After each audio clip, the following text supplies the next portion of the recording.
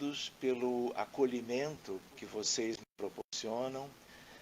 Lembrar que nós podemos fazer um estudo que tem como que um preâmbulo a música, que nós todos fomos com ela contemplados, isto é, arte. Conversando com o Alexandre a respeito do tempo, e ele me garantiu que nós poderíamos ir até meia-noite. Ele está ali para dizer se foi isso mesmo ou não. E ele comentou comigo que amanhã é sábado, ninguém trabalha. A menos.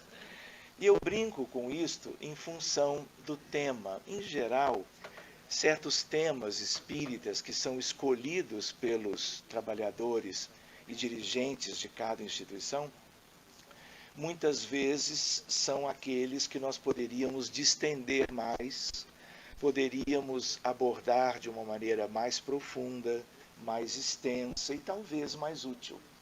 Então, tendo em vista o nosso horário, nós vamos apenas, talvez, reunir alguns aspectos que tenham a ver com o tema conduta cristã, base para o amor e a reforma íntima.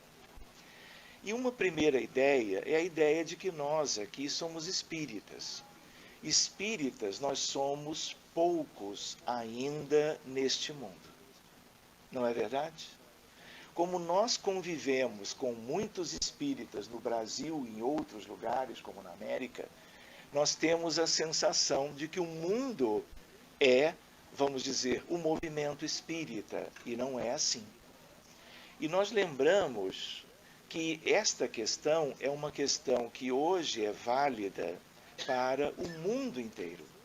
Então, que a nossa ótica, que o nosso prisma envolva toda a realidade, que vai para muito além do movimento espírita e que diz respeito às necessidades evolutivas de uma humanidade como um todo.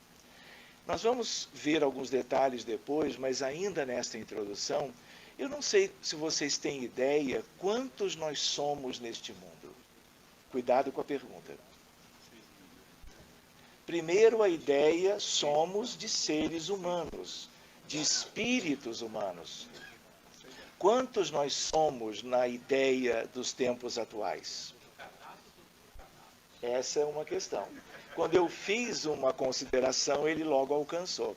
Se nós formos buscar uma estatística atual, nós somos 7,6 bilhões de encarnados.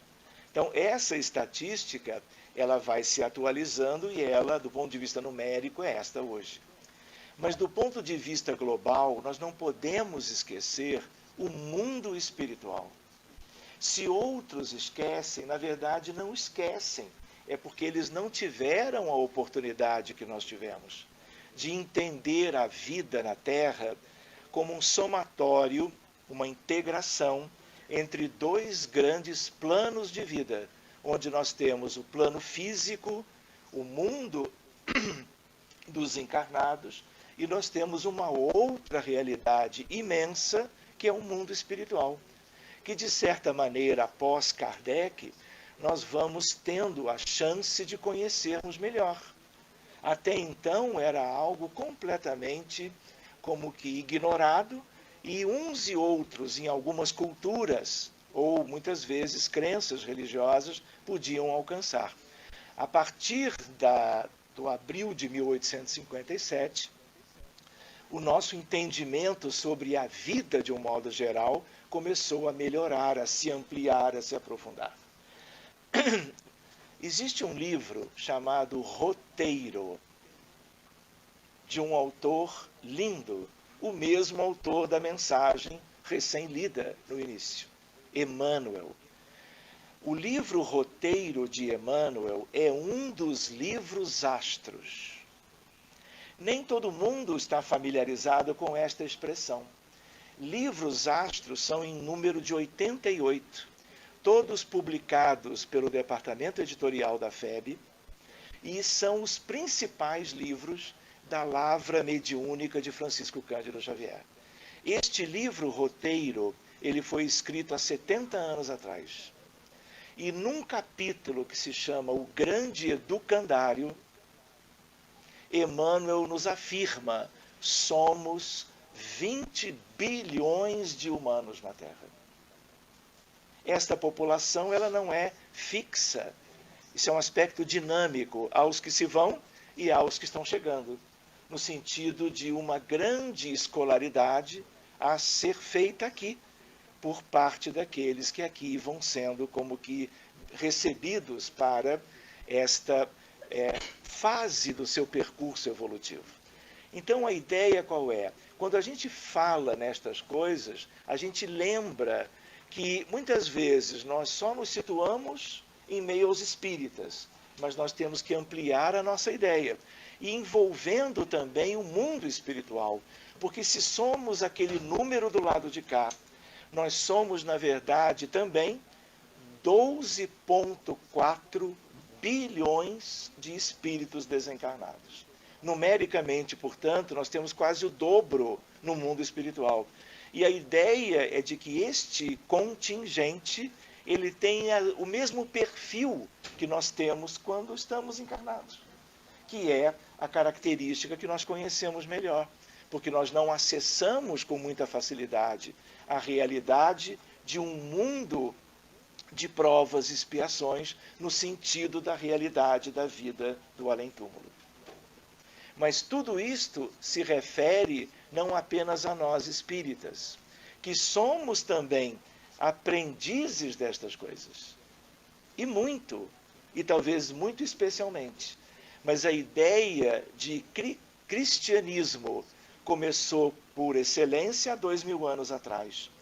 A segunda grande revelação, como nós estudamos.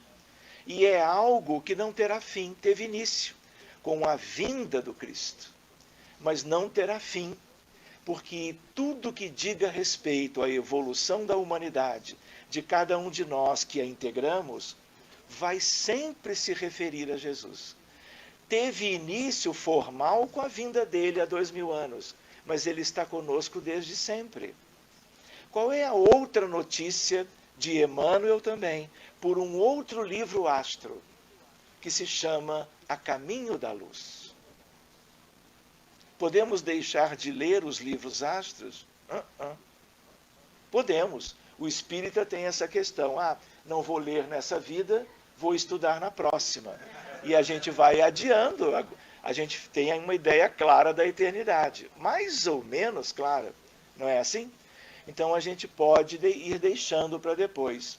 Mas a ideia é a ideia de que a espiritualidade está conosco de um modo que nós ainda não compreendemos. E nesta obra, A Caminho da Luz, há um momento em que Emmanuel diz que há 4,5 bilhões de anos, não estamos falando de há 2000 anos, quando ele esteve presencialmente.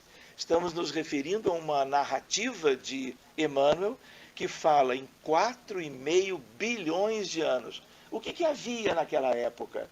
Um planeta se desgarrando de uns aspectos propriamente ligados à grande explosão ou ao Big Bang, mas ainda uma esfera sem vida alguma, uma esfera ainda incandescente. Nesta altura, cumprindo certas profecias, nós vamos entender a outorga divina de Deus a Jesus, no sentido de formar o orbe terreno. Naquela altura, ele já era um espírito de natureza crística. São espíritos menos comuns. E o que nós aprendemos na hierarquia dos espíritos, nós aprendemos a ideia de que lá no alto desta evolução, nós temos os espíritos chamados puros, outros puríssimos. E os de mais alta elevação são os Cristos. E o único que nós temos ideia, que não é ainda uma ideia mais importante, é o que nós conseguimos conceber até hoje, é a respeito de Jesus de Nazaré, que foi aquele que, estando conosco há 2000 anos, dá ensejo a uma ideia do cristianismo, a sua vida, a história de sua vida. Os evangelhos de Mateus, Marcos, Lucas e João, os Atos dos Apóstolos, as cartas ou epístolas de alguns deles, todo este somatório que nós chamamos de Novo Testamento. Tudo isto é legado de luz para a humanidade, a partir do esforço de incontáveis espíritos, alguns que reencarnaram, outros que se mantiveram na erraticidade, no mundo espiritual, fazendo parte da equipe de nosso Senhor Jesus Cristo. A favor de quem? Da nossa humanidade, incluindo, claro, todos nós. Muito bem, brincando um pouquinho, esse é o slide título. Estamos nele ainda, são 129. Vocês entendem a ideia, vamos brincar ainda, de meia-noite? Pois bem, sigamos em frente. Nós temos uma noção que é a noção da cristandade, que tem início há 2000 anos. E um dia, ela, já numa tendência multimilenar, ela vai abarcando a realidade planetária como um todo. Aqueles que não são cristãos hoje, o serão amanhã, de algum modo. Não no sentido formal, mas em aspectos de conhecerem as leis de Deus, os elementos básicos sobre a essência da vida, a partir do legado de Jesus de Nazaré, para a humanidade inteira, que nós chamamos o divino legado.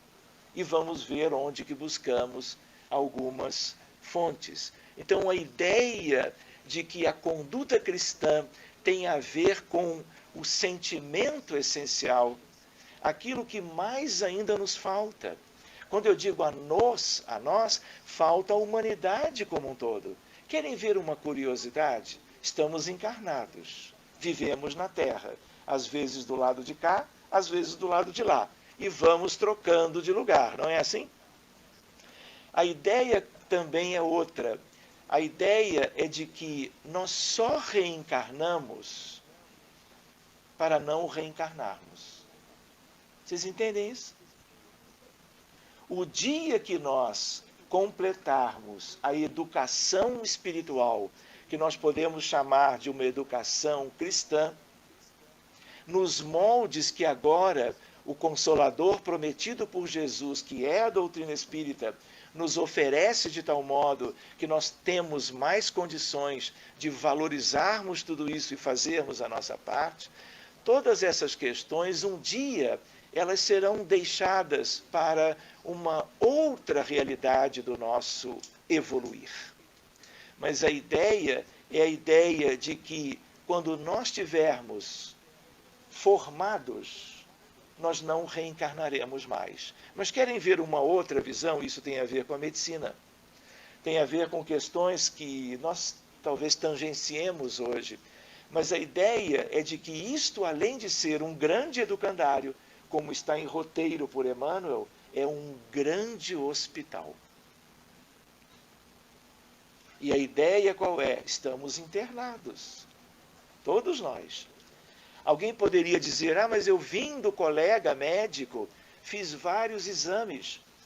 Dentro de uma ideia de uma avaliação clínica periódica, ele pediu tudo que se poderia pedir, inclusive exames de imagem mais refinados. E ele disse, olha, todos os meus exames estão normais. Você volte aqui daqui a um determinado tempo. Isto é uma coisa, mas isso não quer dizer que daqui a 2 anos ou 6 meses nós não estejamos às voltas com uma enfermidade que vai nos causar sofrimento. Exames de imagem ou de laboratório, por mais interessantes que sejam dentro de uma medicina atual, contemporânea, de alto nível, na verdade só verifica questões do corpo físico. Ali adiante, isso tudo vai mudar, mas isso é tema para um outro seminário ou um outro estudo, um outro fim de semana. De tal maneira que vale a pena nós nos lembrarmos, um dia vamos ter alta. Quando nós tivermos alta, nós não reencarnaremos mais. Reencarnar é por causa das nossas limitações. São limitações educativas, morais, mentais, afetivas, intelectuais, e isso tudo está misturado com a ideia de escola e a ideia de hospital. Posso criar uma dificuldade a mais? Há quem chame, e são espíritos lindos, a ideia de que isto aqui é um cativeiro. Não é assim? Se vocês desencarnam e pedem para ir embora, cansei da Terra, vocês podem ir? Vocês vão ganhar o passaporte carimbado? Adoro a ideia, por exemplo, dos anéis de Saturno. Gostaria de passar muito tempo conhecendo a realidade de um planeta vizinho, relativamente vizinho, porque do mesmo sistema. Nós não podemos sair. Só saem os que têm alta, os que ganham alforria ou liberdade.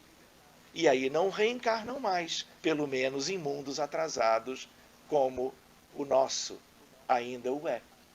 Então vale a pena nós irmos considerando estas coisas, mas nos vendo como uma grande família, um grande rebanho em que o sublime pastor é Jesus. Vamos adiante para os outros 100 e qualquer coisa. Vamos lá. Outra ideia é a ideia da reforma íntima. Muito bem, nós tínhamos testado e ele havia funcionado. Eu acho que ele vai um pouco mais lento. Deixa eu me familiarizar com ele. Uma primeira ideia, portanto, é nós lembrarmos que mundo é esse. Eu não tenho ideia dos outros mundos, mas eu sei que existem mundos primitivos, que existem mundos de provas e expiações, que existem mundos de regeneração, existem outros que são mundos ditosos ou felizes, e existem outros que são mundos puros. Não é assim que nós aprendemos em O Livro dos Espíritos? A ideia, portanto, é de que neste universo existem incontáveis humanidades vivendo em orbes, vivendo em corpos celestes muito variados, e todas essas humanidades com suas características. Na Terra é assim. Nós estamos num educandário, numa escola muito grande, ao mesmo tempo um grande hospital, ao mesmo tempo um cativeiro para 20 bilhões de espíritos humanos, que estamos aqui por algumas questões que um dia nós também podíamos examinar melhor. Mas a ideia qual é? Estarmos progredindo aqui, alcançando como que etapas melhores da nossa condição espiritual de vida, para irmos no rumo da felicidade, alcançando como que situações melhores do que aquelas que nós temos hoje ou tínhamos outrora. Então, este é um mundo diferente. Querem ver uma curiosidade? Nós vivemos em torno do sistema solar, não é assim? O nosso sistema se baseia na vida da estrela chamada Sol. Pois bem, a ideia qual é? Alguns planetas, inclusive a Terra, gravitando em torno dele, ou dela, a estrela, o Sol. Pois bem, nós não vivemos na Via Láctea.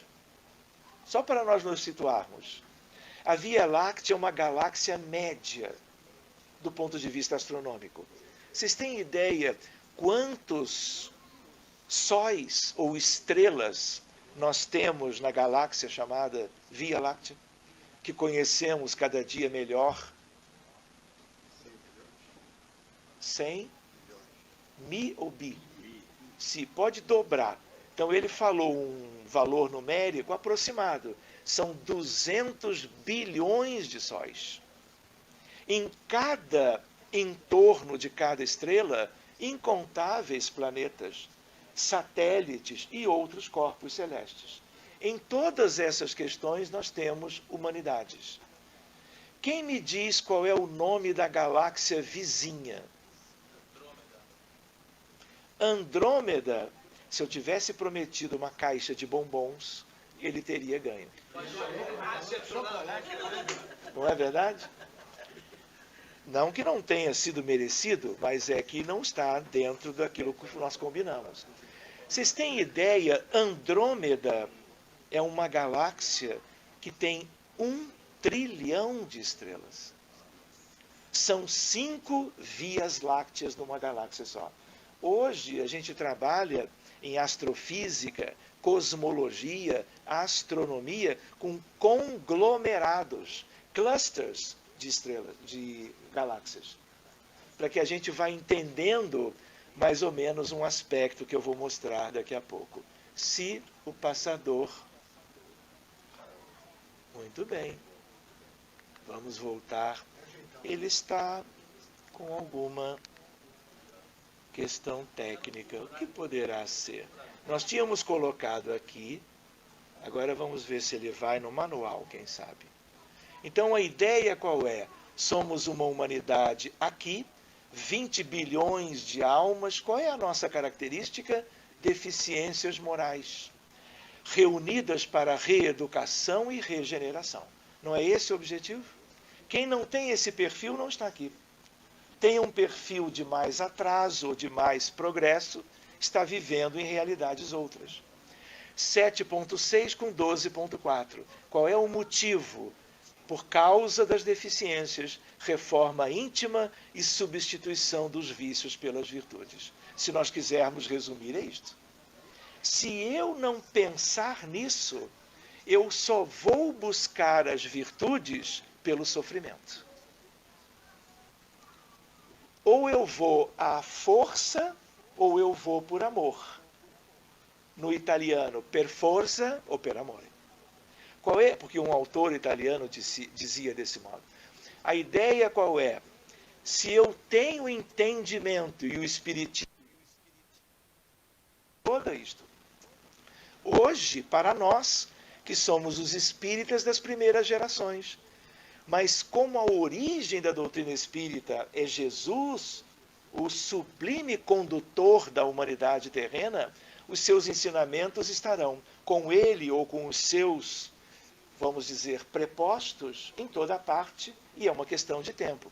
Pois bem, a ideia é de que, se eu estou atento, eu caminho mais rápido. Por isso a ideia, conheceis a verdade e a verdade vos libertará.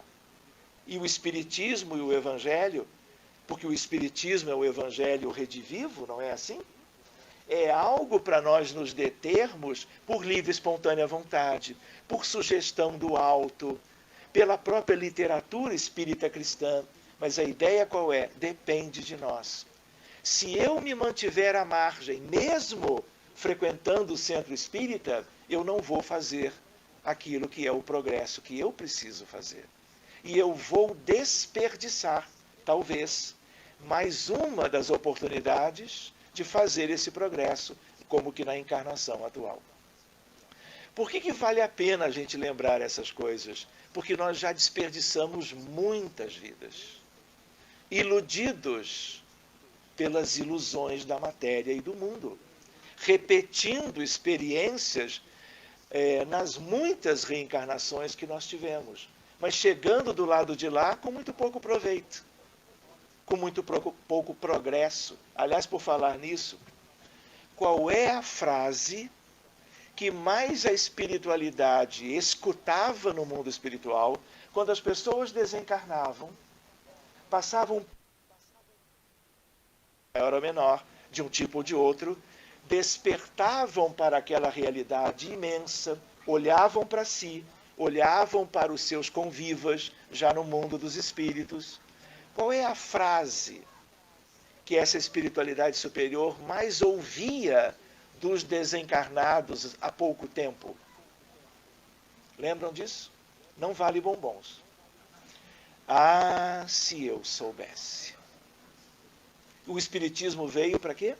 Para que soubéssemos, não após a morte, mas durante a vida terrena, a vida física, a vida na encarnação, para que o proveito maior nós buscássemos agora, Só que, para tanto, o nosso nível de atenção tem que ser outro. Senão, não é assim que se diz, a vida passa rápido. E passa.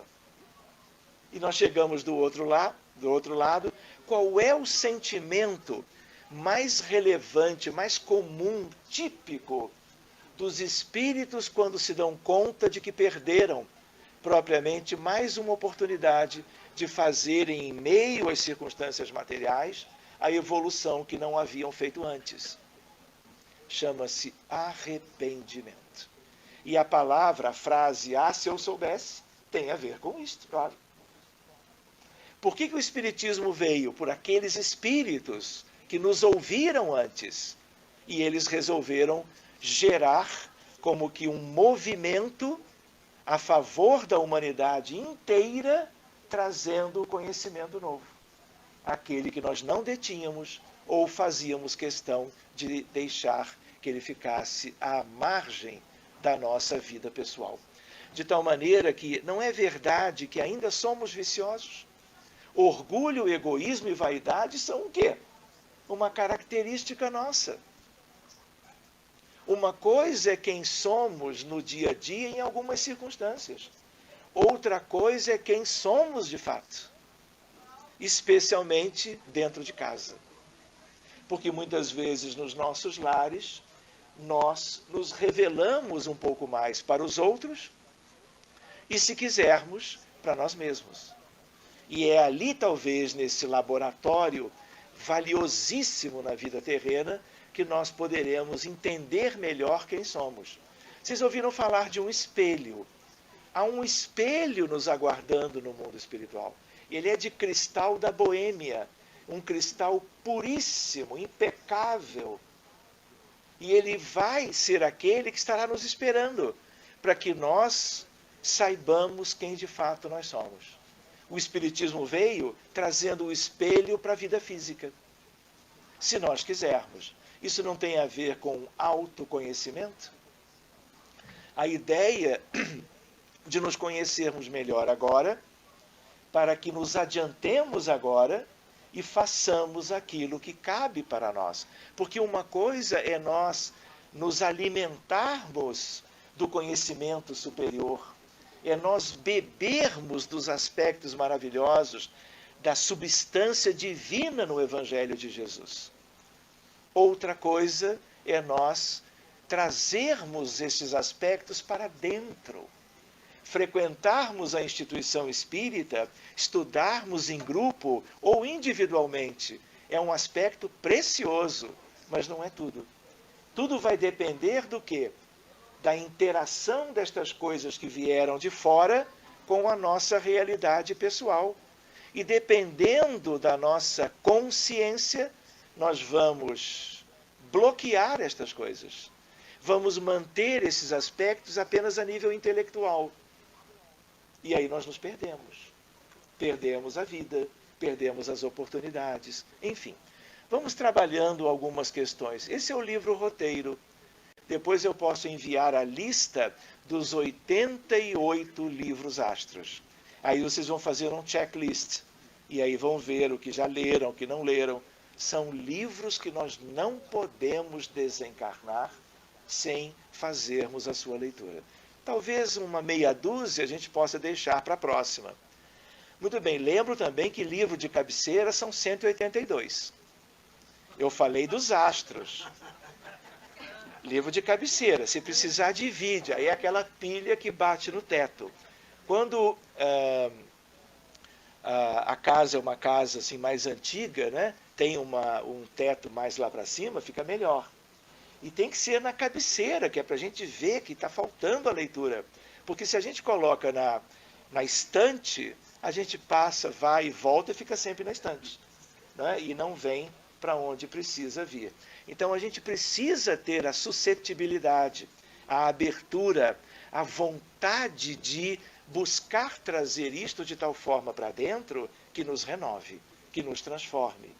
E aí vem a questão de vícios e virtudes, que é algo que nós individualmente vamos ter que fazer, mais cedo ou mais tarde, com a velocidade, o interesse, a motivação, que é ou são questões muito particulares, individuais. Engraçado.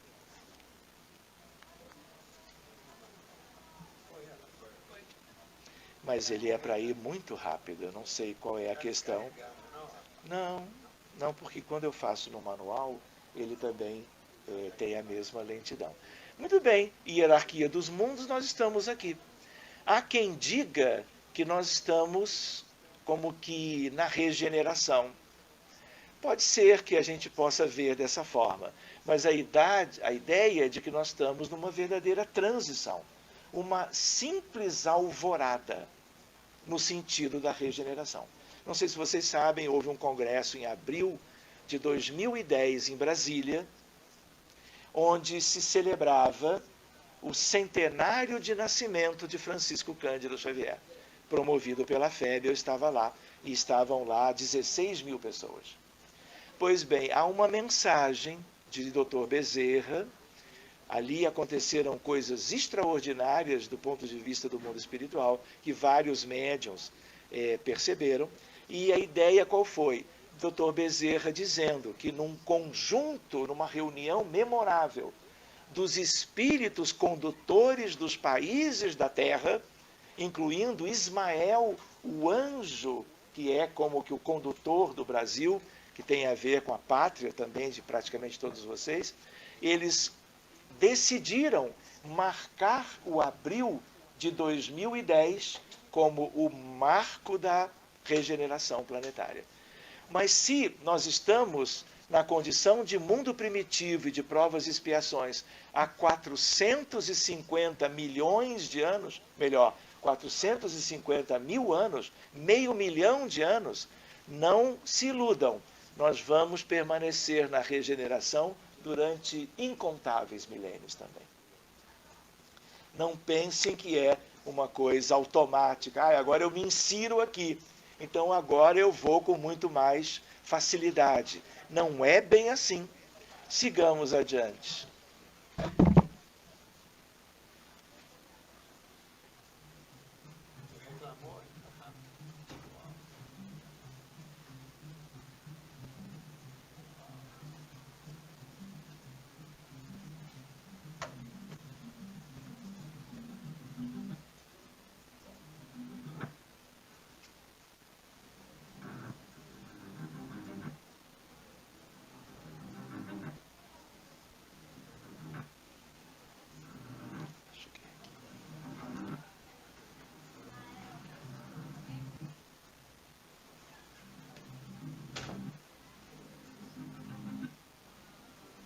A música é contínua. Ela está...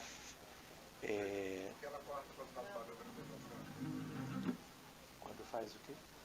Quando capta o som do microfone, ela corta. Não respira.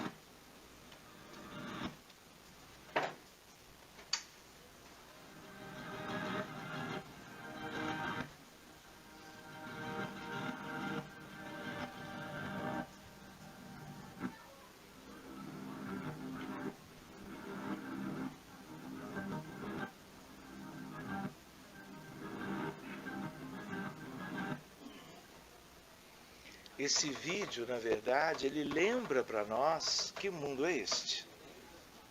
E a ideia de que nós fomos, e por assim dizer, somos protagonistas de muitos desses aspectos. E nós precisamos recordar estas coisas no sentido este, de que o passado lá está, nós todos estamos vinculados a estes fatos, mesmo que não tenhamos protagonizado a maioria dessas questões, ainda assim, há uma ideia de uma humanidade como uma família. Manuel Filomeno de Miranda lembrou para nós há alguns anos a ideia de que quando uma pessoa, um espírito, evolui, ascende. Quando qualquer um ascende, leva a humanidade inteira para cima. Quando, pela mesma lei, alguém age criminosamente, contrariando as leis de Deus, crimes de morte de uma maneira geral, nós vemos isto todos os dias nessa fronteira entre medicina e espiritualidade, onde nós atuamos há muitos anos.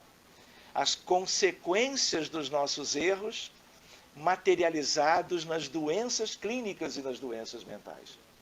Portanto, a ideia de que nós precisamos conhecer este passado e lembramos que, assim como a lei faz com que nós ascendamos quando alguém vai na nossa frente, se nós agimos contrariando as leis de Deus, não há retrogradação na lei. Vocês sabem disso. Mas o que acontece quando nós agimos de uma maneira indevida? O nosso perispírito se adensa.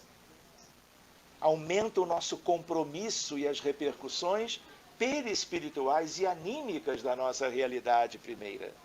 E aí, mais pesados, somos atraídos pelo campo gravitacional para baixo. E aí o que acontece? Levamos todos para baixo, porque a lei é igual, tanto para cima como para baixo. De tal maneira que há uma ideia que é da física moderna, linda, para vermos um outro dia. A ideia de mecânica quântica, teoria da relatividade geral e especial, e há uma coisa bonita chamada entrelaçamento. Ela acontece no âmbito da matéria simples, nas partículas elementares que compõem o universo divino. Estudar física é estudar Deus e a criação. De tal maneira que este entrelaçamento é um entrelaçamento que faz com que nós todos vivamos e evoluamos em conjunto. Um dia a gente pode comentar, porque senão fugiríamos, sobre a experiência de Jacobo Grimberg Zilberbaum. O nome é assim, esquisito, me perdoe. Curiosamente, não são 3 pessoas, é uma pessoa só. Eu penso até que ele é um agênere. Veio, fez o experimento e nunca mais foi visto. Nem pela esposa dele. Sério. Ela procura por ele até hoje, 30 anos depois.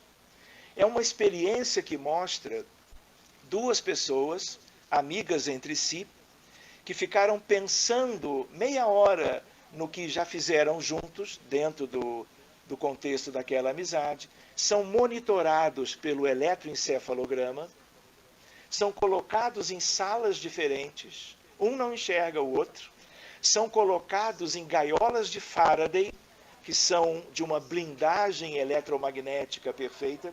Se o pensamento fosse eletromagnetismo clássico, não haveria transmissão. Mas se você estimular com luz pulsada nos olhos de o eletroencefalograma dele se altera de imediato. Nós chamamos isso de potenciais evocados. Imediatamente, instantaneamente, sem haver nenhuma ligação com o outro, o eletroencefalo do outro se altera com o mesmo padrão. Guardem isto. Se nós voltarmos de uma outra oportunidade, vamos examinar algumas outras questões interessantes também. Experiência de Jacobo Grimberg Zilberbaum tem a ver com a não localidade do pensamento. O pensamento é quântico e não clássico. Mas isso é para outro dia. Tá bem? Prometemos que a ideia é que vale a pena, por quê? Porque é essa natureza na não local, da não localidade da mecânica quântica que faz com que a gente entenda os mecanismos da evolução. E quando Jesus dizia sobre o seu rebanho, quando a ideia da oração, da prece, da comunhão entre os espíritos, este é um entrelaçamento. Por isso que a medicina hoje nós costumamos abordar isto em certos fóruns, a ideia do valor da oração na beira do leito. A oração, a prece intercessória em cardiologia, em doença coronária, em pós-operatório de cirurgia de revascularização do miocárdio. Mas não é para hoje. Tá bom? Vamos adiante? Vamos ver se ele vai funcionar. Olha vocês ali. Oi?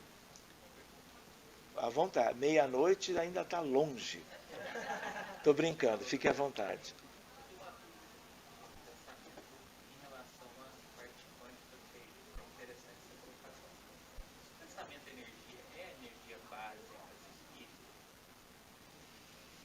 O pensamento é o atributo essencial do espírito. Isso é uma coisa. Pode. No sentido, pode. É a grande característica. Repara que nós, quando desencarnamos, nos livramos do corpo físico. Não é assim? Se nós vamos nos mudar, por exemplo, essa é uma imagem, isso é a Terra. Longe daqui, mas nós estamos todos aqui. Olha quantas coisas são vividas num grão de areia, como nós lembrávamos antes. E isso que vocês veem aqui são os anéis de Saturno. É a sonda Cassini fotografando na vizinhança de Saturno, e aí num panorama se pode ver a Terra, onde tudo que nós conhecemos vem acontecendo. A ideia qual é? Se você sai da Terra para fazer um estágio em Saturno, você largou o pontinho e veio para o planeta, este ainda do nosso sistema, poderia até ser de fora.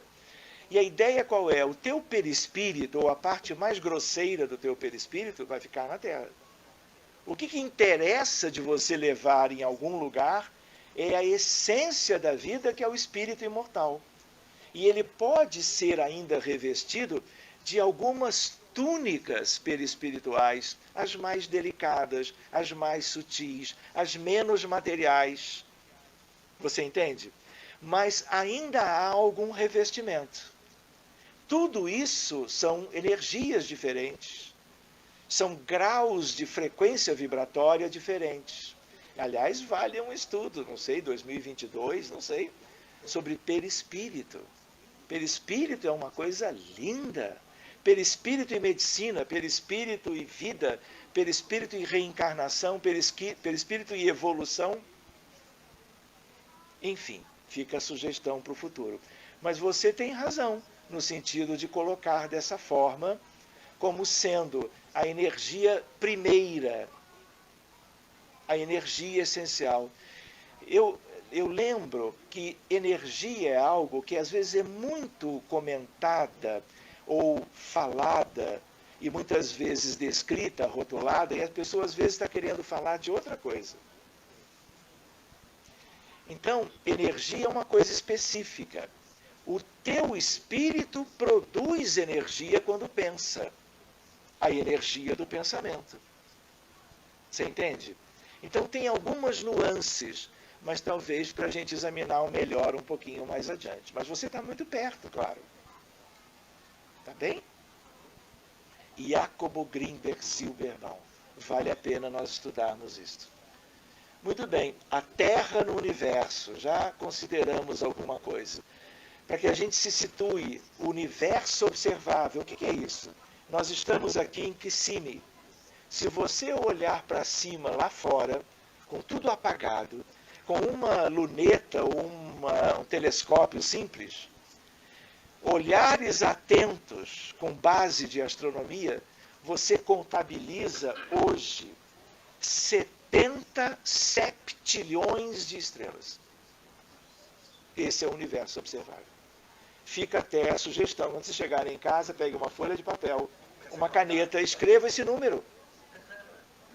De primeira, põe o número 7, eu quero saber quantos zeros depois. A ideia de um valor imenso. E querem ver uma outra coisa? Isto é apenas o universo observável. Porque tem o universo não observável até hoje. E querem ver qual é a questão?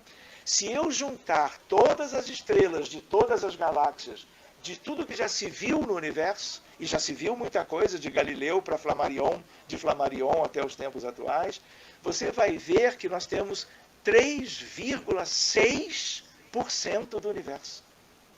Os outros 94%, na verdade 96,4%, é matéria escura e energia escura. Ninguém sabe o que é.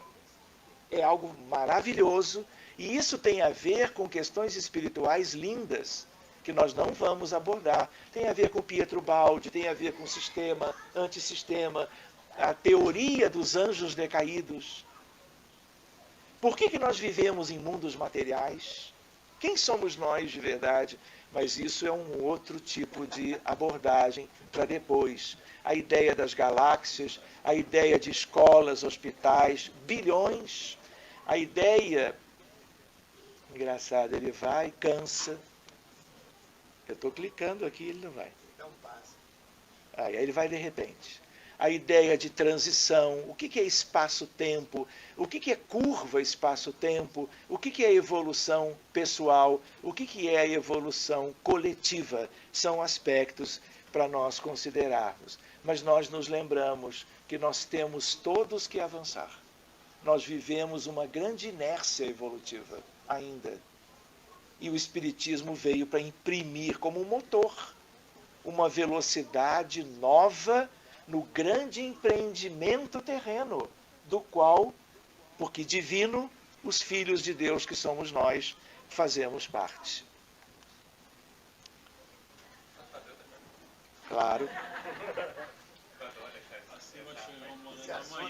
Esse assunto é bom.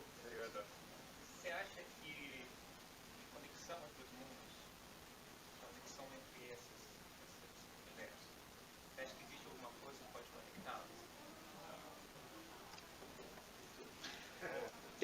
Vai haver uma palestra, não que eu te sugira isso, mas vai haver uma palestra numa outra cidade, que é num centro, não sei se é no domingo. No domingo vão ser 4. Uma delas, Boca Raton. Uma delas é sobre astronomia e cosmologia, uma visão espírita. E ali nós iríamos falar, e talvez haja essa oportunidade, eu posso comentar a partir da tua pergunta, a ideia de uma coisa linda que se chama o princípio da solidariedade entre os mundos. Se existe a solidariedade entre os humanos imperfeitos, não é? Vamos dizer, ela é escassa porque o mundo é muito atrasado. Ele é um mundo semi-primitivo. Você pode chamar de provas e expiações, é claro que é, mas ele está ainda, vale a pena nós nos lembrarmos do que existe nesse mundo. Não é verdade? Aqui mesmo nos Estados Unidos, no Brasil, não é? Em diversos outros países, em muitos países africanos, no Iêmen, na Síria, não é verdade? Não vamos nem entrar por essa outra vertente. Mas a ideia de que, quando Jesus esteve entre nós, ele chama diversos espíritos de Sírios. Sírios é uma estrela binária, dupla, alfa e beta de Sírios. A alfa é gigantesca, é a estrela mais brilhante do céu do hemisfério norte. Pode procurar. E a ideia qual é? Os espíritos ligados às estrelas, eles não vivem nas estrelas, como nós não vivemos no Sol. Os cristos do sistema solar vivem no nosso Sol. Jesus vive lá. E os cristos planetários do sistema como um todo também vivem lá. Mas a ideia de que num planeta em torno de Sírios, uma humanidade elevadíssima, dali vieram Maria de Nazaré, José, Ana e Simeão. Dali também veio João, o precursor, Isabel e Zacarias, a mãe e o pai deste espírito extraordinário. Lembrem que no Evangelho de Jesus, num encontro de Jesus com alguns apóstolos, futuros apóstolos, houve um diálogo entre eles e Jesus diz: de todos aqueles que hão nascido de ventre de mulher, ele era o maior de todos. João o Batista. Ele não falou de Maria nem de Pedro, nem do discípulo amado. Quem é o discípulo amado? João. Qual João? O outro. Quem é o outro? O evangelista, que depois vem a ser Francisco de Assis, que antes havia sido o profeta Daniel. Enfim, tem várias questões aí. Voltando para a ideia, de capela também vieram outros. Então há um princípio de solidariedade entre humanidades próximas, ajudando-se mutuamente.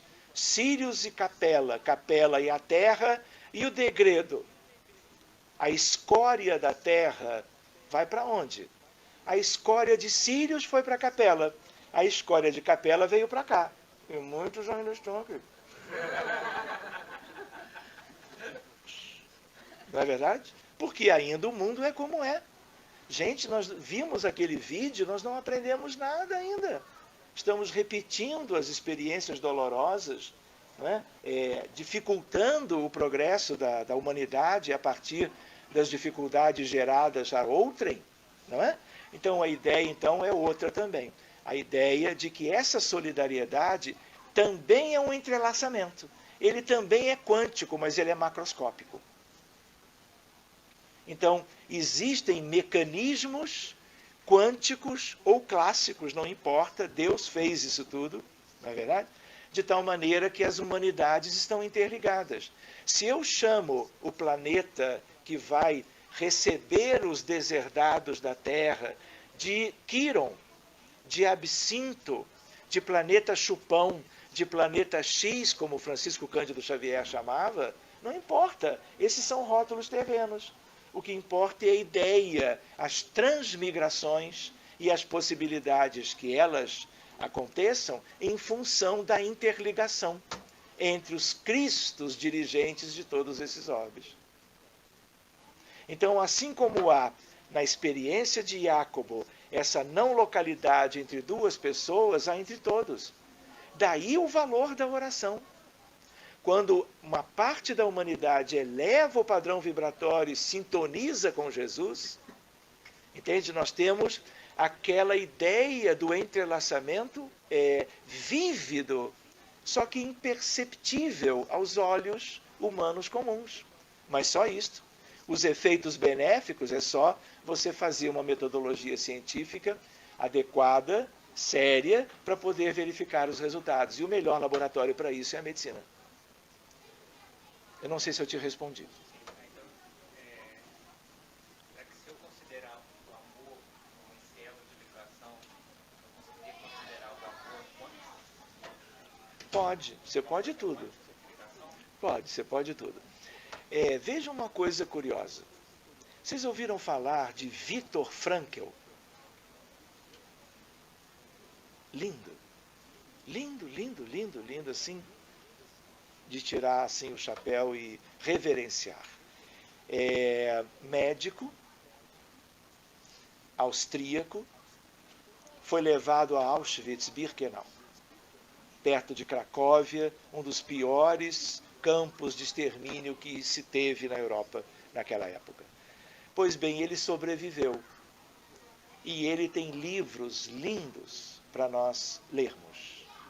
Ele é um espírito preparado, além do comum. E ele fala algo que é útil nesse sentido para nós. Existe o núcleo, que é um núcleo saudável, expressões dele, em cada um dos espíritos. Na verdade, ele se referia às pessoas encarnadas. Ele nem usava a palavra, o rótulo encarnado. Mas ele dizia, todas as pessoas têm um núcleo saudável. E esse núcleo saudável é divino e ele é inatacável. Nem de fora ele pode ser alcançado, nem de dentro da própria pessoa. Ninguém muda isto. E ele é divino e por isso ele persistirá e manterá como que o cerne do processo evolutivo, eternidade afora. Mesmo quando nós agimos contrariando as leis de Deus, mesmo quando nós adoecemos, o corpo adoece porque o perispírito adoeceu antes, tudo isso pode viver dramas impressionantes, mas o núcleo saudável ninguém toca. Porque divino. Isso é um mecanismo divino de proteção, de preservação espiritual. Isso tem a ver com o que você falou. Porque isso é amor puro. Porque é essência divina. E não é essência divina dele apenas. É essência divina transferida, doada por amor. A criação divina é toda amor puro. Seja no campo da matéria, seja no campo do espírito. E aí nós chegamos a comentar saltos quânticos de consciência. Muito bem, eu ia falar alguma coisa, essa é uma imagem. Deixa eu fazer uma coisa aqui, eu vou tirar e botar. Isso é um passe pelo sopro fluídico. Vocês ouviram isso, vocês conhecem isso. Mas o meu sopro, assim, ele é muito despretensioso. A ideia, portanto, que nós íamos comentar ainda sobre o nosso mundo, os doentes dos dois planos. Querem ver uma ideia? Quando as pessoas desencarnam por infarto, por derrame cerebral, por pneumonia extensa grave, por septicemia, por uma neoplasia metastática, chega no mundo espiritual como? Completamente doente. Porque a doença foi para o corpo. Dependendo de como ele lidou com isto, ou não, a doença vai continuar no mundo espiritual. O que tem mais no mundo espiritual na Terra, o que é? Hospital. Ah, também lá do outro lado? É. Postos de assistência, postos de auxílio e hospitais, maiores ou menores. A exemplo do que nós aprendemos em nosso lar. Verdade? André Luiz, quando depois que ficou lá naquela zona, né, durante 6, 7 anos, ele chega, né, a partir da sua mãe, da oração que fez, ele é levado lá para nosso lar. E ele fica encantado com aquilo tudo, mas ele primeiro vai para o hospital. Vocês não viram no filme também? Ele sendo tratado por Aniceto e por outros? O abdômen totalmente escurecido, ele tinha um câncer. Ele desencarnou no pós-operatório de uma retirada de um câncer de colo, segundo o livro, né? Pois bem, a ideia é de que em todas as regiões da Terra, administrados por espíritas, por muçulmanos, por védicos, por pessoas de todas as culturas, em todos os lugares nós temos hospitais, e em níveis diferentes. Querem ver uma curiosidade que eu acho que era interessante comentar com vocês? Eu estou olhando para o relógio, 8:50. Temos tempo. A ideia, portanto, qual é? A ideia é de que, quando nós estamos encarnados, nós estamos todos na superfície. Não é assim? Tomou um corpo físico, a qualquer altura, pode pegar um avião, mas depois tem que descer. Pode trabalhar numa mina de carvão a 1 quilômetro para baixo, mas depois de um intervalo de tempo tem que subir. A nossa vida é aqui. No mundo espiritual é completamente diferente. Aqui nós estamos aglomerados. Espíritos de naturezas diferentes, do ponto de vista evolutivo, estamos todos aqui, se estamos reencarnados. Não é assim? Do lado espiritual, como é que funciona? É tudo diferente porque são esferas de vida. Ah, então não ficam todos juntos? Não. Nós aprendemos com André Luiz aquilo lá embaixo. Como é que chama aquilo lá embaixo? Vocês queriam morrer e ir para lá? Pediram pelo amor de Deus. Estão pedindo até hoje, não é verdade? A gente, quando ora, a gente não diz para ninguém, mas a primeira coisa que a gente põe na oração, aquilo lá, NP. O que é NP espiritual? Nem pensar. Não é verdade? Pois bem, então, lá embaixo, o que é aquilo? Qual é o nome daquilo? Umbral. Mas nós não podemos usar apenas a palavra umbral. Aquilo é umbral inferior. Por que aquilo é umbral inferior? Porque aqui é umbral. Se a pessoa desencarna e se mantém no hospital, está no umbral. Se a pessoa desencarna, todo mundo desencarna e fica em casa, por amor, por afinidade, porque está ali há 50 anos, não entende que tem outros lugares, permanece ali muito tempo, o que é aquilo? Um umbral médio. De tal maneira que o umbral médio é a maior população que nós temos, por causa da interação com os encarnados. E nós temos aqui 7,5 bilhões. Então tem muito espírito vivendo no umbral. Muitos indevidamente, porque não atinaram que a vida espiritual não é aquilo. E se mantêm vivendo como viviam na matéria, fora dela. Isso é bom? Em alguns aspectos sim, na maioria não. Muito bem, Nosso Lar, quando vocês leram o livro, vocês não começaram a ver aquela maravilha da colônia? A descrição de André Luiz? Vocês não quiseram ficar amigos logo de Veneranda? É ou não é? Começaram a dialogar. Tia, quando eu desencarnar, tia, arruma um lugar para mim. E foram 2,5 milhões de exemplares publicados e comercializados pela FEB. Por coincidência numérica, 2,5 milhões de espectadores viram o filme. Vocês já imaginaram quantos pensamentos desse tipo chegaram a Veneranda? Foi um teste para Veneranda. E ela teve que dar um jeito, porque todo mundo pedia a mesma coisa. Pois bem, Nosso Lar é uma colônia umbralina, só que de umbral superior. Então vale a pena, quando falarmos em umbral, nós adjetivarmos. Não é tão diferente. Onde estava André, onde estamos agora com a vizinhança aqui, e aquilo que sonhamos para o nosso futuro, como uma colônia como aquela, então nós temos que usar adjetivos.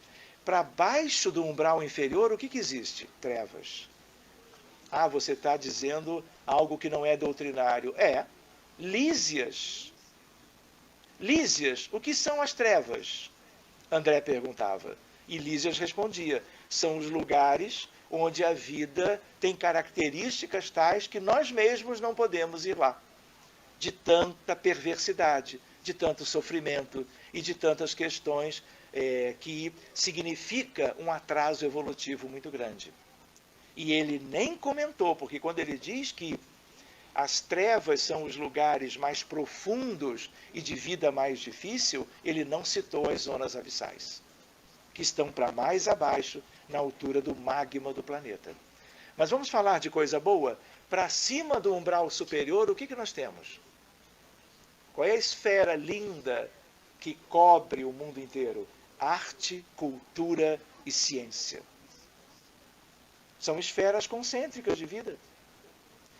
Mais alta do que arte, cultura e ciência, a do amor fraterno universal.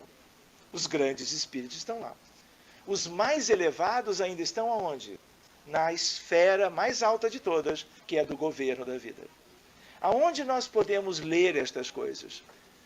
Num livro publicado pela FEB, nova edição acabou de sair, chamado As 7 Esferas da Terra, de um autor encarnado chamado Mário. Tive a oportunidade de fazer a revisão. Então, é uma leitura interessante para nós nos situarmos. Inclusive a ideia de movimentação. Espírito que é superior, sequer vive nas alturas. Mas o que ele costuma fazer? Desce para ajudar. Não é assim? Vocês lembram da ideia de um espírito que queria entrar na colônia? Estava um guardião, estava André. E a senhora pedia, por gentileza, ela queria passar vamos dizer assim, do portão. E André, muito solícito, chegando agora na colônia, queria fazer algo bem fraterno. Sim, senhora, vamos entrar. O guardião disse, alto lá, André. É que você não vê quem é esse espírito. E aí ele toca na fronte de André, André leva um susto. Porque quando ele toca na fronte de André, ele equaliza, ele muda a capacidade de perceber a realidade. Porque André era um aprendiz naquela época. Verdade? E aí eles levam um susto e vê a realidade daquele espírito. Aquele espírito queria, mas não podia entrar na colônia. Porque era uma enfermeira que havia promovido vários abortos induzidos, e ela tinha manchas ou máculas negras. Máculas negras no perispírito de alguém é crime de morte. E crime de morte também é considerado o aborto induzido. Os responsáveis, claro. Mas vamos adiante mais um pouquinho. Ó, tá melhor, viu o sopro? Eu não quero ficar tão animado, dizer que isso vai funcionar até o fim, mas já mudou. Depois eu tenho umas coisas para contar para vocês. Não sei que horas, nem que dia. Muito bem, hospitais no grande... bastou falar, tá vendo? A ideia do centro espírita e a casa do caminho, isso tem a ver com o projeto de reforma íntima, educação dos sentimentos. Mas vejam, quantos centros espíritas existem no mundo? Uma ninharia. No Brasil são 10 mil, mas e fora? Um punhado em Portugal, outro punhado na Espanha, alguns na Austrália, alguns nos Estados Unidos, na Colômbia, na Argentina.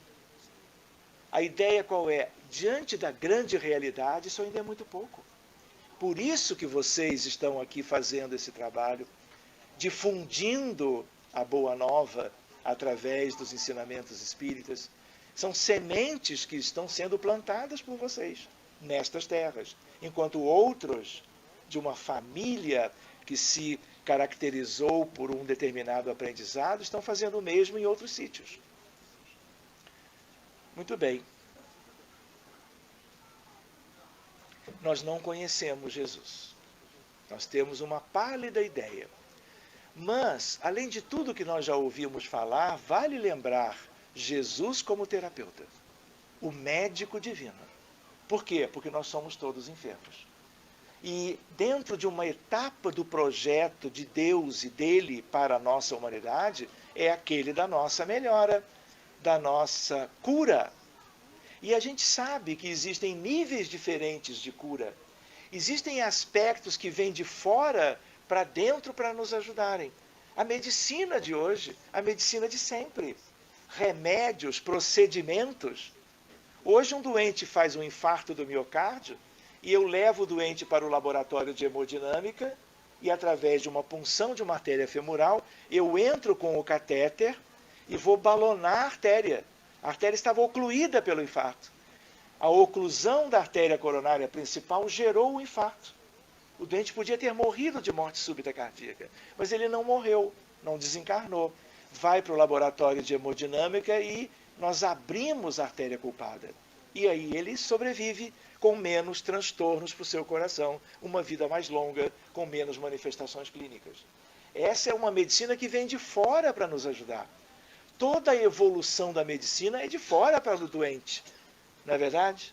Mas a ideia do cristianismo, a ideia da educação cristã, a ideia das mudanças fundamentais, o que é externo tem que servir para nos ajudar para fazermos nós a parte que só de dentro para fora, num processo de cura definitivo. Se nós não fizermos isto, nós estamos protelando a felicidade. Porque a felicidade se casa, se coaduna com o progresso moral que nós fizermos. Não é assim? Mas eu vivo com conforto. Não é? Eu vivo num país que nos acolheu, não é? E eu tenho um bom salário, a minha família vive bem. Isso é uma etapa da nossa evolução. Isso não quer dizer que ali amanhã ou depois da manhã nós não estejamos vivendo um drama sem tamanho.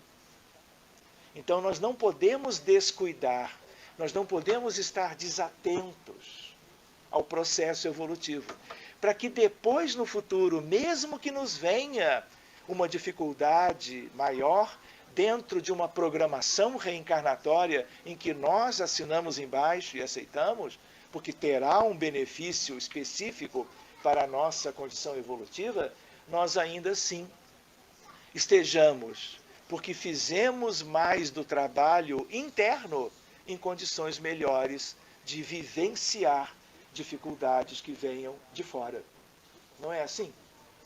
Pois bem, e a outra ideia é do grande educandário, e ele é aquele que, através do Evangelho, dos evangelistas, através de tudo que ele fez por nós até hoje, lembrem-se, 4,5 bilhões de anos, ele já era crístico. Quem disse isso? Emmanuel, a caminho da luz. Então, quando a gente lembra dessas características de Jesus, é em que sentido? Não é apenas no sentido de Jesus histórico, de conhecermos um pouco melhor, é no sentido de reverência a este Espírito. e fazermos aquilo que ele vem nos indicando como o caminho do progresso, o caminho de alcançarmos a felicidade. Olha que bonitinho, posso comentar sobre ele? Ele é a luz do princípio, e nas suas mãos misericordiosas repousam os destinos do mundo. Seu coração magnânimo é a fonte da vida para toda a eternidade terrestre. Humanidade, obrigado. Sua mensagem de amor no Evangelho é a eterna palavra da ressurreição e da justiça, da fraternidade e da misericórdia. Todas as coisas humanas passaram, todas as coisas humanas se modificarão. Ele, no entanto, é a luz de todas as vidas terrestres, inacessível ao tempo e à destruição. Quanto mais nós soubermos sobre ele e nos colocarmos humildes e reverentes, nós vamos abrir o nosso espírito às suas lições imorredoras. O quanto ele ficar distante, ou alguém lembrado apenas ocasionalmente, às vezes lembrado apenas no dezembro de cada ano, em função da ideia de um Natal, que nessa humanidade está mais para Papai Noel e presentes materiais do que o verdadeiro sentido do nascimento de Jesus. Enfim, nós estaremos mais perto ou mais longe. Onde está isso? No livro A Caminho da Luz. Conhecem isto? Acredito que não. Por isso eu trouxe. O outro é mais conhecido. No seio excelso do Criador incriado. Quem é? Deus. Nos cimos da evolução pontificam os Cristos divinos, os Devas arcangélicos, cuja sublime glória e soberano poder superam tudo quanto de magnificente e formidável possa imaginar, por enquanto, a mente humana. São eles que, sob a inspiração do grande arquiteto do universo, presidem no infinito a construção e a desintegração dos orbes. Existem espíritos que desintegram orbes? Sim. Vocês imaginem as potências desses espíritos.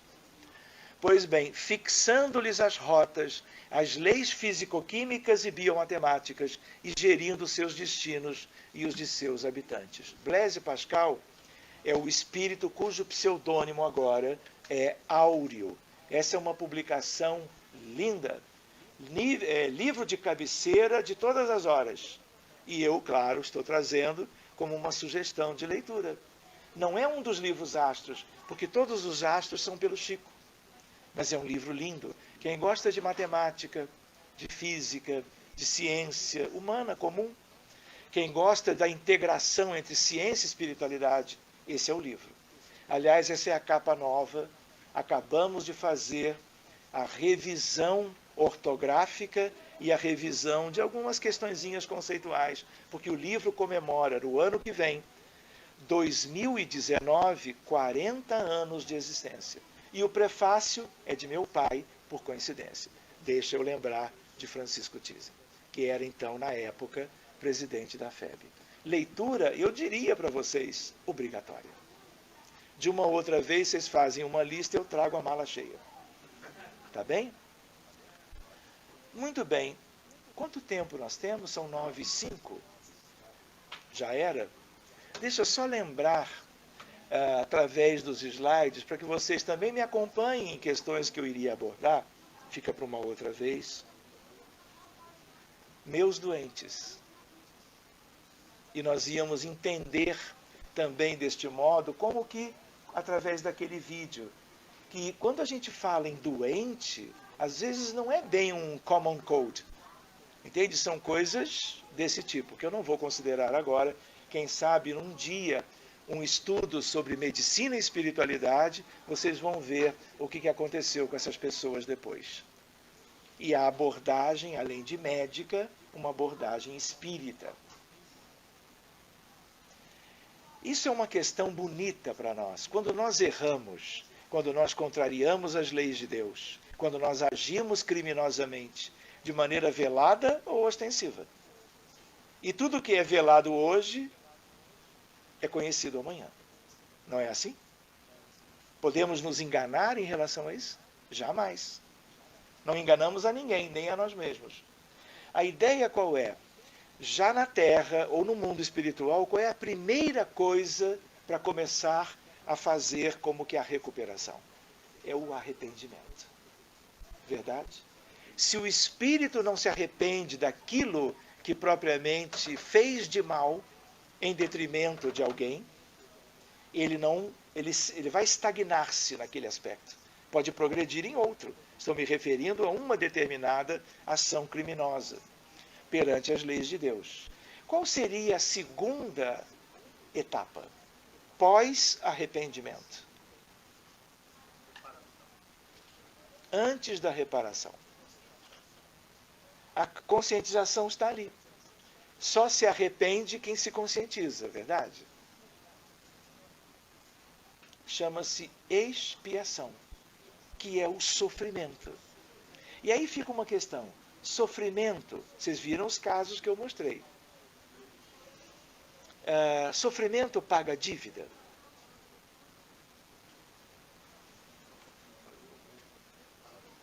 Paga não.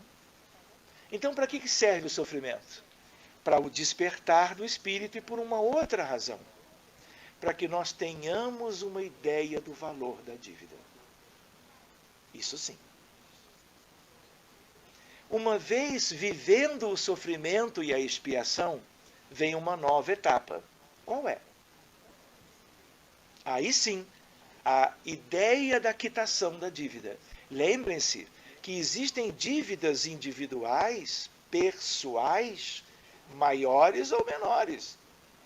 Às vezes, um desvio do caminho reto da evolução, para haver propriamente um retorno, vai haver um longo trajeto envolvendo o sofrimento por atalhos, até retomarmos, vamos dizer, os trilhos, o caminho mais reto.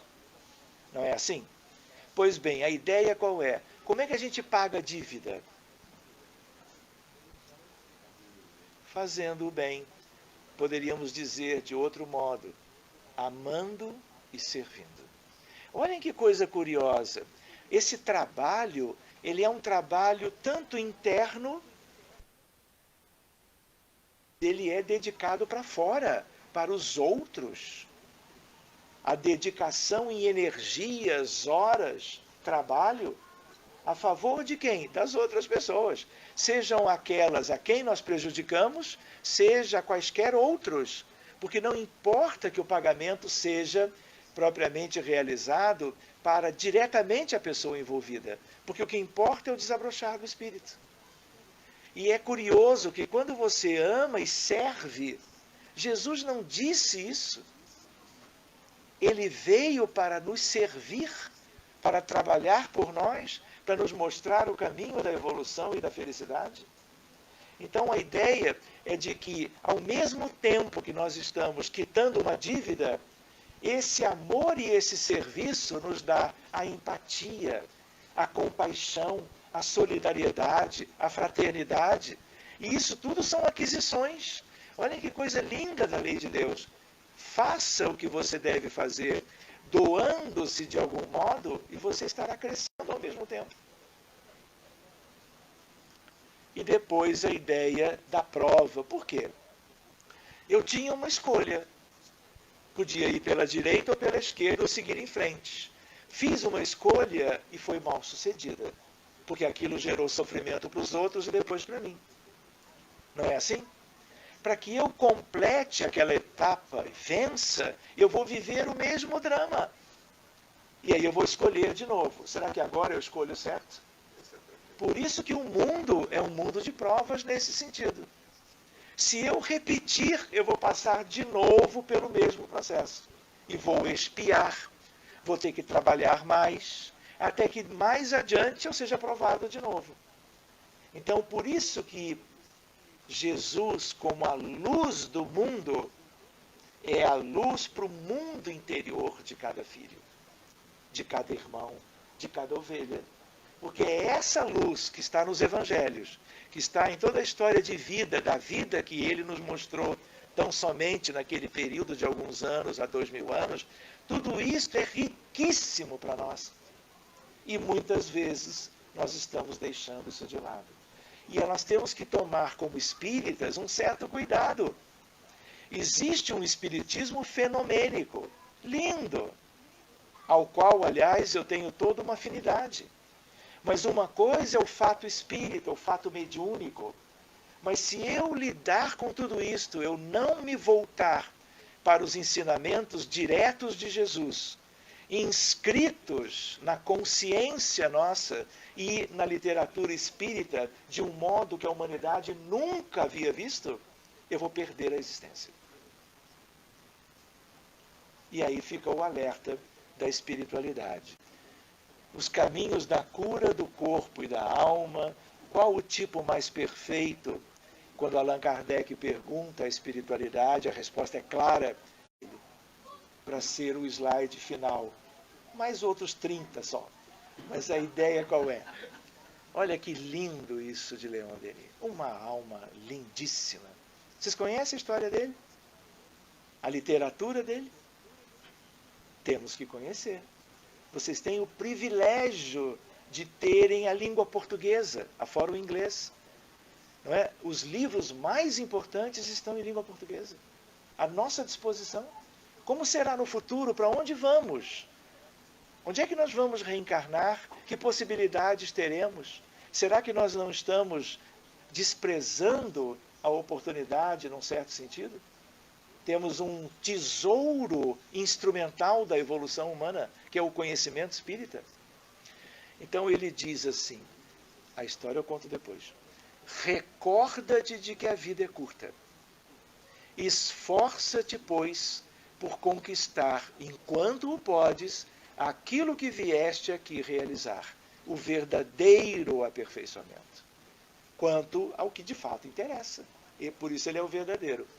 Possa teu espírito partir desta terra mais puro do que quando nela entrou. E o nosso irmão, durante a prece, referiu-se exatamente a isto.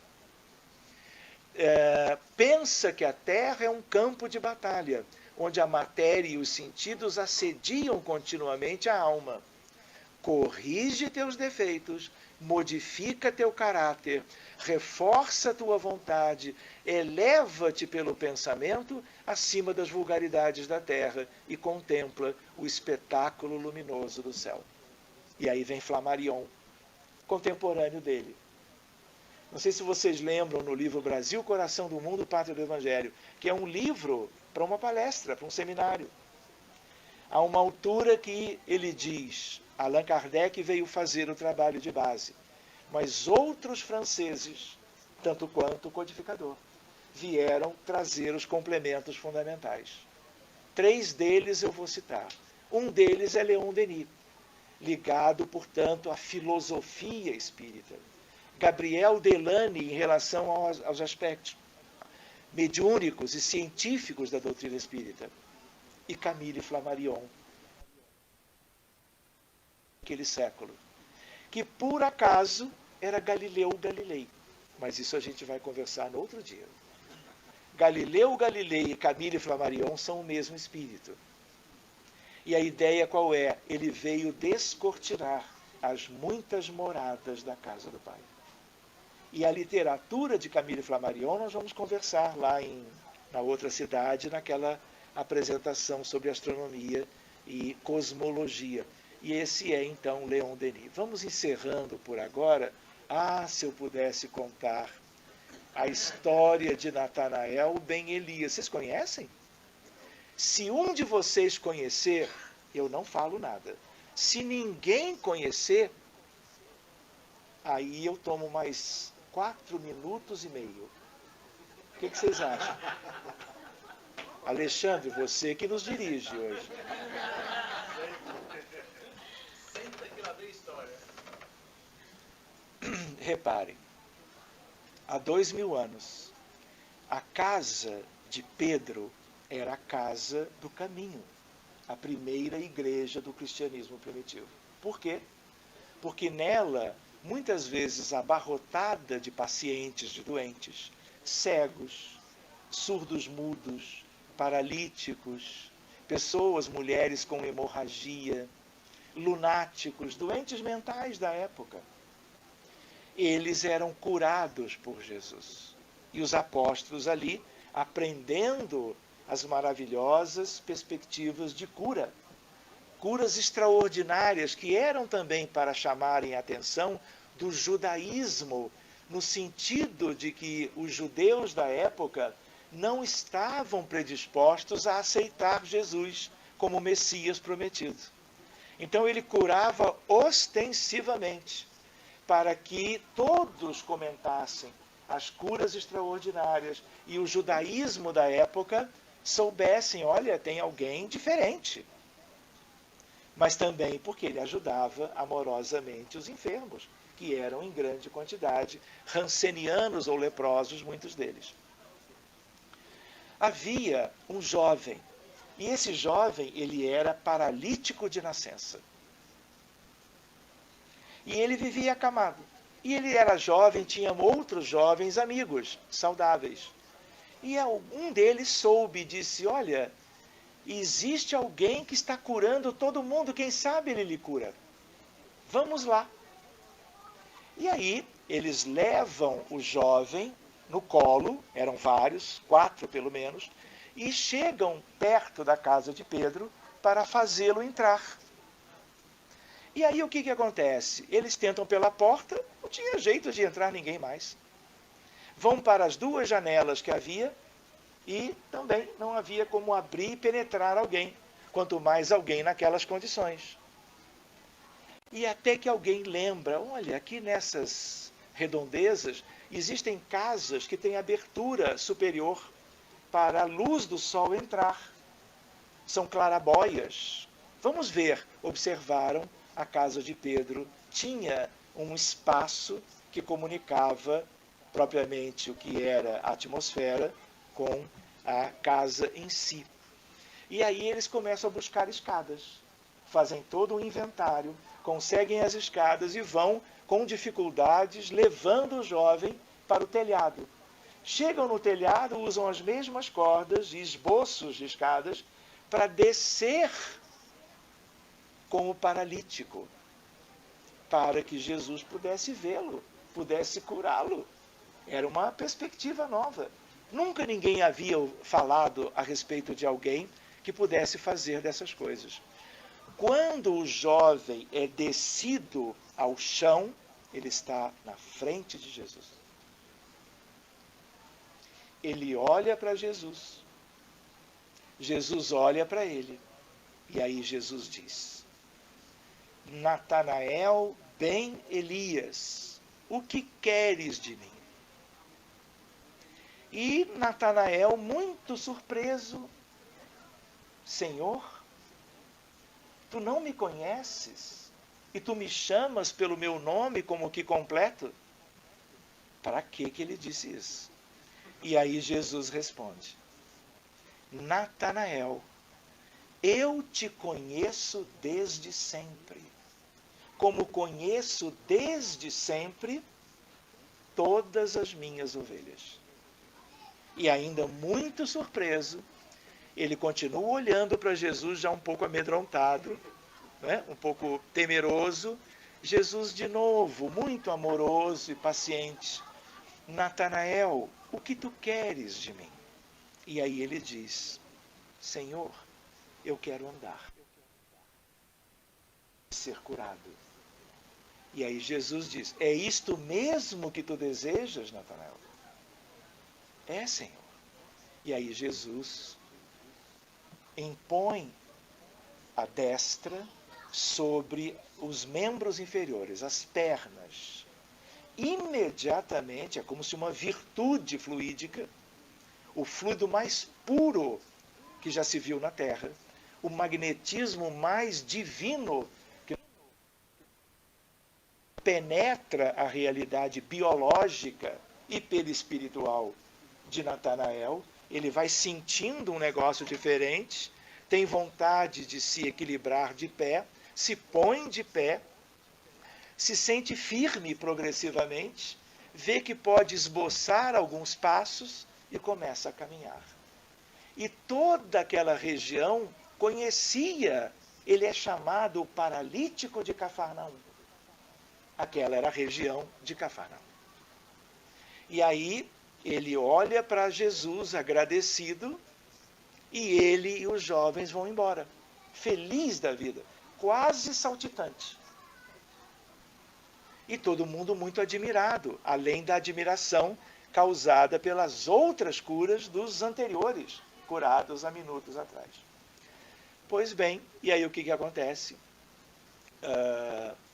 Aquela tarde de domingo, com muitos pacientes curados, aquilo tudo termina. E mais adiante, cada um vai para os seus interesses, para as suas casas, fazerem o que queriam. Quando já era quase o entardecer, Pedro, que tinha caminhado para longe, ele se lembra de Jesus com muita gratidão, porque foi na casa dele que todos se curavam, inclusive Natanael. E ele começa a procurar por Jesus e não encontra. Vai por aqui, vai por ali, até que ele vê uma luminescência extraordinária. E ele entende, porque ele já tinha tido uma outra experiência parecida com Jesus, que aquilo era Jesus ali. E aí ele aperta o passo e vai ter com Jesus. Quando ele chega perto, ele chega por trás de Jesus. Jesus em silêncio, como que concentrado. Mestre! E Jesus não responde. Jesus, o que há? E Pedro estava exultante de alegria. Como Jesus, depois de Pedro citá-lo 3 vezes, ele não responde, Jesus começa a se voltar para Pedro na mesma medida que Pedro começa a procurar encontrar Jesus pela frente. Quando ele olha para o Cristo, ele estava com lágrimas no rosto. E aí Pedro fica numa aflição, porque Pedro adorava Jesus. O amor de Pedro quanto a Jesus era uma coisa linda. Desde antes, porque Pedro também já foi outros personagens no passado, antes de ser o pescador de Cafarnaum. Na verdade, ele então diz, mestre, por que tu estás triste? Nós estamos todos imensamente felizes por tudo que tu fizeste nesta tarde, e tu estás chorando? Como pode? Aí Jesus fica um pouco reticente, e depois ele completa e olha nos olhos de Pedro. Aliás, ele olhava nos olhos mesmo, de quem quer que fosse. E aí ele diz, Pedro, nós estamos aqui agora, tu te lembras daquele que veio pelo telhado? Lembra do paralítico? Pois bem, nós estamos aqui agora conversando e ele está há muitas horas, logo depois de que foi recuperado da sua capacidade de caminhar, para uma taberna, está bebendo horas e horas a fio e em companhia de mulheres de má vida. Isso está no texto, colocado dessa forma, a ideia de prostituição, não é? Buscando as questões das sensações, como que celebrando o seu novo grau de liberdade. E aí Jesus olha para Pedro e diz, Pedro, eu não vim para isto. Em que sentido? Curar corpos. Ele curou de uma maneira mais extraordinária, mas ele deixou claro que ele vinha para outras questões. E aí tem todo um desdobramento isso. A ideia qual é? A paralisia do corpo, traduzindo a paralisia da alma, dos sentimentos. O que acontece? Há uma evolução disto. Natanael vive sem a paralisia naquela existência durante algum tempo. Adoece paralítico de novo. Jesus já tinha ido embora. Ele procura por Maria de Magdala, que curava os leprosos. Lembram disso? Aonde é que está isso? Num livro de ouro, para não dizer um livro astro daquela lista, que se chama Boa Nova. Não podemos desencarnar sem fazer essa leitura. Como não podemos igualmente para Paulo Estevão. E a ideia qual é? A ideia é de que ele desencarna, Maria de Magdala não consegue melhorá-lo, ele vai para o mundo espiritual e desce. E lá embaixo, depois de muitos anos, prisioneiro de si mesmo, numa zona inferior, ele vai lembrando a experiência com Jesus e se arrependendo amargamente de não ter alcançado o verdadeiro sentido daquele encontro. E ele priorizou a matéria, se viu bem materialmente, esqueceu o resto todo, e a paralisia da sua alma persistiu. Ele suplica a Jesus reencarnar. Reencarna nesses 2000 anos, pelo menos 6 vezes como médico, prometendo ajudar as pessoas. E vai indo e vindo, indo e vindo. E por último, ele reencarna na Europa. E ele pede para fazer parte de uma equipe. Lembra da esfera arte, cultura e ciência? Ciência. A ciência dos médicos que viriam a descobrir a vacina da poliomielite. Não era a paralisia o problema dele, nos 2 sentidos? Então é aí que eu vou ajudar. Quantos milhares morreram pela poliomielite anterior aguda? Ele foi a primeira pessoa encarnada, médico, a descrever a doença. Por isso que a paralisia infantil se chama doença de Heine-Medin. Ele é Medin. E hoje ele é um espírito muito preparado. E esteve com todos os outros que reencarnaram juntos para darem esse legado, para tirarem a paralisia infantil, como tiraram. Não existe mais poliomielite. Só tem o vírus em laboratório lacrado, porque não se pode, vamos dizer assim, destruir o material biológico, mas está devidamente confinado em laboratórios específicos. Mas a ideia qual é? A trajetória de alguém que tem a ver, portanto, com uma história linda em Cafarnaum. A ideia dele entrando por cima, Jesus curando os outros e ele desce. A ideia de Jacob Heine, na verdade ele é o Heine, não é o Medin, aos 40 anos, coube a mim, ele numa psicografia, está comigo. Coube a mim apresentar o primeiro relatório médico da polio. Oscar Medin, doença de Heine-Medin, ele é o Heine, junto com Jonas Salk e Albert Sabin. Paralisia do corpo e paralisia da alma, vem aí toda uma reflexão. Aí nós fomos a Votuporanga. Quando fizemos uma palestrinha sobre Jesus o terapeuta, apresentamos a história de Natanael Ben Elias. É um centro espírita lindo no estado de São Paulo, no interior de São Paulo, na cidade de Votuporanga. E aí, na plateia de umas 300 pessoas, tinham 2 evangelizadoras do grupo. Elas adoraram a história. E aí pediram a psicografia, eu enviei para elas, e elas passaram a aplicar a história de Natanael Ben Elias na evangelização da infância.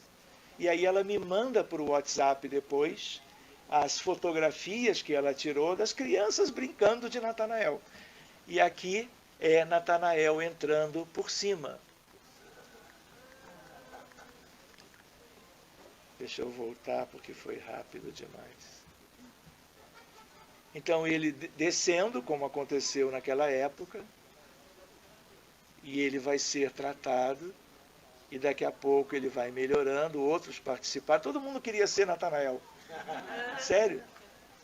E esse é ele curado já com umas ataduras, só para ficar a lembrança das suas dificuldades. Olha, gente, é um tema lindo, mas nós vamos deixar o resto para uma outra oportunidade.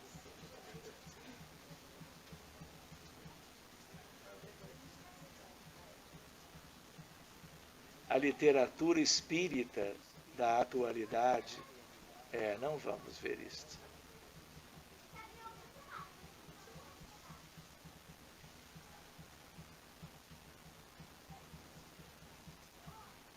Saltos quânticos. Mas, gente, muito obrigado a vocês todos. Foi um prazer visitá-los. Se Deus permitir, quem sabe nos encontramos novamente. É um tema, como eu lembrava no início, que pode ser assim mais amplo, mas pelo menos a gente fez algumas considerações, reflexões, que talvez possam despertar em cada um de nós uma motivação a mais para nós empreendermos em nós mesmos e ajudando aqueles à nossa volta, nesse sentido que é um objetivo comum para nós todos, que tem a ver com a nossa melhora, a nossa reforma, a nossa recuperação pessoal. Muito obrigado a todos vocês, inclusive pela paciência e por estarem aqui até este horário. Tá bem? Muito boa noite e, quem sabe, até breve. Obrigado.